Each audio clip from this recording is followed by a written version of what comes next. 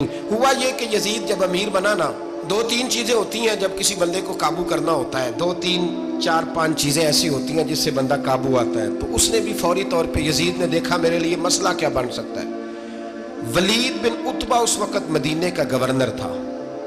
یزید نے اس کو خط لکھا کہ امیر عرب کا رواج آج بھی ہے کہ جب تک نئے خلیفہ کی بیعت نہیں ہو جاتی پرانے کے انتقال کی خبر ہی نہیں دیتے، اس کو رکھے رکھتے ہیں۔ یہ ان کا طریقہ ہے، وہ کہتے ہیں کہ ولی عہد اچھی طرح قبضہ کر لے پھر بتائیں گے۔ حضرت امیر معاویہ کا وصال ہو گیا، بتایا نہیں۔ یزید نے اب کیا کیا، کیونکہ بڑا چلاک آدمی تھا، بڑا شاطر تھا، بڑا تیز تھا، اس نے ولید کو خط لکھا، کہنے لگا کہ فوری طور پہ عبداللہ ابن عباس کو بلاؤ اور اسے کہو میری بیعت کریں۔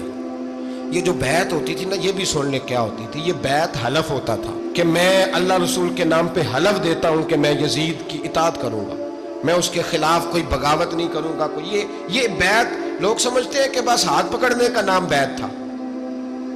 اس بیعت کا متبادل جمہوری ملکوں کے اندر ووٹ آیا ہے، تو کہا بیعت کرے۔ حضرت عبداللہ ابن عباس کو بھی بلاؤ، عبداللہ بن زبیر کو بھی بلاؤ، امام حسین کو بھی بلاؤ۔ امام حسین آدھی رات کے وقت بیٹھے تھے مسجد نبوی میں، چونکہ پانچوں نمازوں کی آپ امامت کرتے۔ امام حسین نماز پڑھا کے عشاء کی بیٹھے تھے، جناب عبداللہ بن زبیر۔ عبداللہ بن زبیر کون تھے؟ یہ نبی پاک صلی اللہ علیہ وسلم کی پھوپھی پوتے تھے اور جناب صدیق اکبر کے نواسے تھے، حضرت عبداللہ بن زبیر۔ اور جناب زبیر بن عوام عشرہ مبشرہ صحابی ہیں، ان کے بیٹے تھے، بہت زیرک آدمی تھے۔ یہ بھی امام حسین کے پاس بیٹھے تھے۔ عبداللہ ابن عباس بھی تھے جو حضور کے چچا کے بیٹے ہیں، اس امت کے پہلے مفسر ہیں قرآن پاک۔ یہ لوگ بیٹھے تھے، تو ولید نے ایک بندہ بھیجا، اس نے آ کے کہا جناب آپ کو گورنر صاحب نے بلایا ہے۔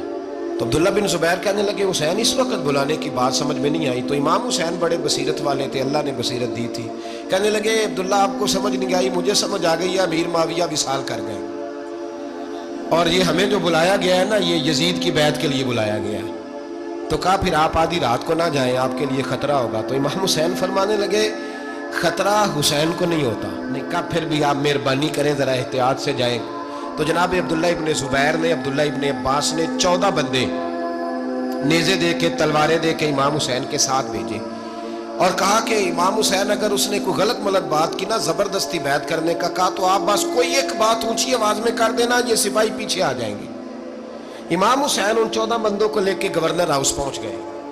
جب آپ وہاں پہنچے، اس نے بتایا، اس نے کہا جی حضرت امیر معاویہ انتقال کر گئے اور آپ نے یزید کی بیعت کرنی ہے۔ تو امام حسین فرمانے لگے میں چھپ کے بیعت نہیں کروں گا، مجمع لگاؤ، جمعے والے دن اعلان کرو، جو طریقہ ہے حضرت ابو بکر صدیق کا، جو طریقہ ہے حضرت عمر فاروق کا، جو انداز حضرت عثمان غنی کا ہے، جو مولا علی کا ہے، سر عام اعلان کرو، اگر ساری دنیا یزید کی بیعت کرے گی تو میں بھی تیار ہوں۔ تم مجھ سے بیعت لے کے پھر لوگوں کو بتانا چاہتے ہو کہ حسین بیعت ہو کر رہے ہیں تو تم کیوں نہیں کر رہے؟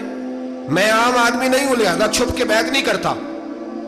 جب یہ بات کی نا تو ولید بڑا نرم دل تھا اور امام حسین کی شان کو جانتا تھا، وہ جانتا تھا یہ نبی پاک کا خاندان ہے۔ اس نے کہا جی مجھے تو حکم تھا، باقی آپ حضور کے نواسے ہیں، میں کر کچھ۔ وہاں ایک بڑا بدبخت شخص بیٹھا تھا، عبد الملک بن مروان، وہ ولید سے کہنے لگا کہ اگر حسین آج تمہارے ہاتھ سے نکل گئے تو تمہارے لیے بہت بڑا مسئلہ کھڑا ہو جائے، انہیں جانے نہ دینا، یا بیعت کراؤ یا ان سے کہو جنگ کے لیے تیار ہو۔ تو امام حسین رضی اللہ تعالیٰ عنہ کے کانوں میں آواز گئی تو فرمانے لگے ابن مرجانہ، اگر تیرے اندر جرت ہے تو آ سامنے حسین کے، اس کے کانوں میں باتیں نہ کر، کانا پھوسی نہ کر، باہر آ میدان میں، شرارت نہ کر، باہر آ، میں تمہیں ابھی بتاتا ہوں کہ حسین سے مقابلہ کرنے کا انجام کیا ہے۔ یہ کہہ کہ امام حسین باہر نکلے، اپنے بھائی محمد بن انفیہ کو بلایا، عبداللہ بن زبیر، عبداللہ ابن عباس، ڈھیر سارے لوگ اکٹھے ہو گئے۔ فرمایا یہ معاملہ ہے، اب کیا کرنا ہے؟ تو وہ کہنے لگے حضور وقت ابھی مناسب نہیں ہے، آپ اس طرح کریں یہاں رکیں، ہم مکے سے، عراق سے، کوفے سے لوگوں کو بلاتے ہیں، یہاں ایک بڑی مجلس مشاورت قائم کرتے ہیں۔ امام حسین فرمانے لگے اگر تم مشاورت قائم کرو گے تو ولید اور عبد الملک بن مروان وہ تو جنگ کرنے کو تیار ہے، اور نبی پاک نے فرمایا ایک مینڈا ہوگا جس کی وجہ سے مدینے کی گلیوں میں لہو بہے گا۔ فرمانے لگے میں وہ بکرا، وہ مینڈا نہیں بننا چاہتا۔ کہا پھر آپ کیا کریں گے؟ تو امام حسین رو پڑے، فرمانے لگے میں مدینہ چھوڑ جاؤں گا، لیکن مدینے کی حرمت پامال نہیں ہونے دوں گا۔ امام علی مقام آدھی رات کے وقت نکلے، سیدہ فاطمہ کا دروازہ ایک اس دن تھا جس دن حضرت مولا علی کوفے چلے گئے، اور دوبارہ آج تالا لگا جب امام حسین نکلے آپ جنت البقیع کے پیچھے کھڑے ہو کے حضور کا روضہ دیکھنے لگے. اس وقت گنبد تو نہیں ہوتا تھا, روضہ دیکھنے لگے. نانا تیرے کرم کے خزینے کی خیر ہو, میں جا رہا ہوں تیرے مدینے کی خیر ہو. سارا خاندان لے گئے, مکے تشریف لے گئے. حج کے ایام قریب آنے والے تھے. امام حسین نے وہاں لوگوں سے باتیں کی. جب امام حسین وہاں پہنچے تو کوفے سے خط آنے لگے. کوفہ حضرت علی کا دارالخلافہ تھا, وہاں آپ کے محبین پیار کرنے والے ڈھیروں تھے. انہیں خط لکھے کہ حضور آپ چپ کر کے بیٹھے ہوئے ہیں اور ہمارے اوپر یزید مسلط ہو گیا ہے. آپ اگر میدان میں نہیں نکلیں گے, آپ نہیں آئیں گے تو ہم اللہ کی بارگاہ میں شکوہ کریں گے کہ کوئی ہماری کمان کرنے کو تیار ہی نہیں ہوا. اور وہ خط 1 2 3 نہیں آئے, وہ خط اتنے تھے کہ 3 بوریوں میں بھرے تھے امام حسین, 3 بوریوں میں. اب مجبوری ہو جاتی ہے, حق کے لیے کئی دفعہ بات کرنا مجبوری ہوتی ہے. اگر نہیں کرے گا تو پھر اس کو بھی قبر میں جواب دینا پڑے گا. امام علی مقام رضی اللہ تعالیٰ عنہ نے مکے میں اب لوگوں کو جمع کیا مشورے کے لیے. ہر بندے نے کہا حضور وہ بلا تو رہے ہیں پر اپنے وعدوں کے پکے. کہا حضور وہ پکے نہیں, آپ نہ جائیں. ہر بندے نے کہا حالات ٹھیک نہیں, حالات گراؤنڈ ریالٹی صحیح نہیں. یہی مشورہ آج بھی ہر بندہ دیتا ہے, ابھی حالات نہیں. اتنے خراب حالات کبھی نہیں ہوئے تھے جتنے امام حسین کے دور میں تھے. لیکن فرمایا میں دین کے خلاف غلط حکمران کو مسلط ہونے کی اجازت, بول کے بتائیے, بول کے, غلط حکمران کو مسلط ہونے کی اجازت, مزاحمت کروں گا, مخالفت کروں گا. امام کہنے لگے کوئی بات نہیں, وہ میرے ساتھ چلے نہ چلے لیکن میں کوفے جاؤں گا. وہ لوگ میرے ساتھ کھڑا ہونے کو تیار ہے تو وہ جھوٹ ہے یا سچ ہے پر میں چلوں گا.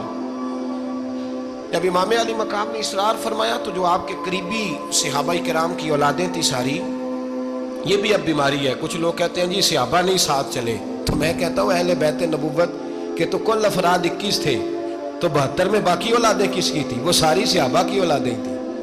وہ سارے, پتہ نہیں کیوں اس طرح کا فلسفہ بیان کیا جاتا ہے جس میں حالات خراب ہو.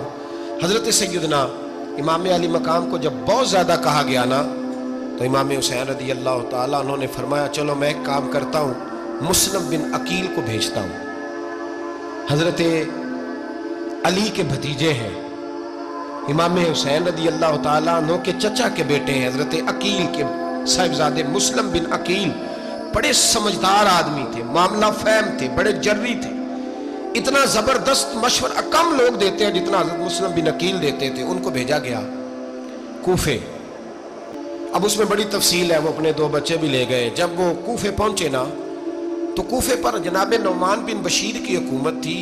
آپ گورنر تھے اور اہل بیت سے بڑی عقیدت رکھنے والے, نرم رویہ. عبید اللہ ابن زیاد کوفے کا گورنر نہیں تھا, یہ کسی اور علاقے کا تھا. جب آپ وہاں پہنچے تو نعمان بن بشیر نے دیکھا کہ حضرت مسلم بن عقیل آئے ہیں, تو لوگ دوڑے ان کی بیعت کرنے, بھاگے. اتنے لوگ جمع ہوئے کہ ایک دن میں 17,000 آدمی نے بیعت کر لی. کتنے بندے جی؟ 17,000 آدمی ایک دن آیا. اب وہ جو امام مسلم بن عقیل کے وہاں نعرے لگانے والے تھے کہنے لگے حضور یہ پہلے دن کی کارکردگی ہے, 2-4 دن میں دیکھیے کیا ہوتا ہے. 2-4 دن میں کیا ہوا, 40,000 آدمی نے بیعت کر لی. اب وہ 40,000 بندہ تیار ہو گیا. ادھر سے جو یزید کے وفادار تھے انہوں نے خط لکھا یزید کو کہ تو نے بڑا نرم آدمی گورنر بنایا ہے اور 40,000 بندہ چلا گیا حسین کی طرف. اگر ایک دن مسلم بن عقیل اور رہے تو جو تمہارا گورنر بیٹھے ہیں نا جناب نعمان بن بشیر, ان کو گورنر ہاؤس سے نکال کے مسلم بن عقیل قبضہ کر لیں گے. تو چپ کر کے بیٹھا ہے. یزید بڑا تیز تھا, اس نے ایک آدمی گھوڑے پہ دوڑایا. عبید اللہ ابن زیاد ایک اور علاقے کا گورنر تھا پر بڑا ظالم سا بدماش تھا, بڑا سخت گیر آدمی تھا. اس کو کہا کہ تو پہلے ایک صوبے کا گورنر ہے, جا تجھے دوسرا صوبہ بھی دیا. اس طرح کار فوری طور پہ کوفے پہنچ اور جا کے مسلم بن عقیل کو گرفتار کر, جو آدمی ان کا ساتھ پھر بھی دے اسے قتل کر دے. اس نے کیا کیا, وہ آدھی رات کو آیا, منہ چھپایا, جبہ پہنا, لوگ سمجھے امام حسین آ گئے. بہت سارے لوگوں نے اس کے نعرے بھی لگائے. وہ چپکے سے داخل ہوا اندر, اور چپکے سے داخل ہو کے اس نے سب سے پہلا کام یہ کیا کہ نعمان بن بشیر رضی اللہ عنہ کو معزول کیا, کوفے کے گورنر ہاؤس پہ قبضہ کیا.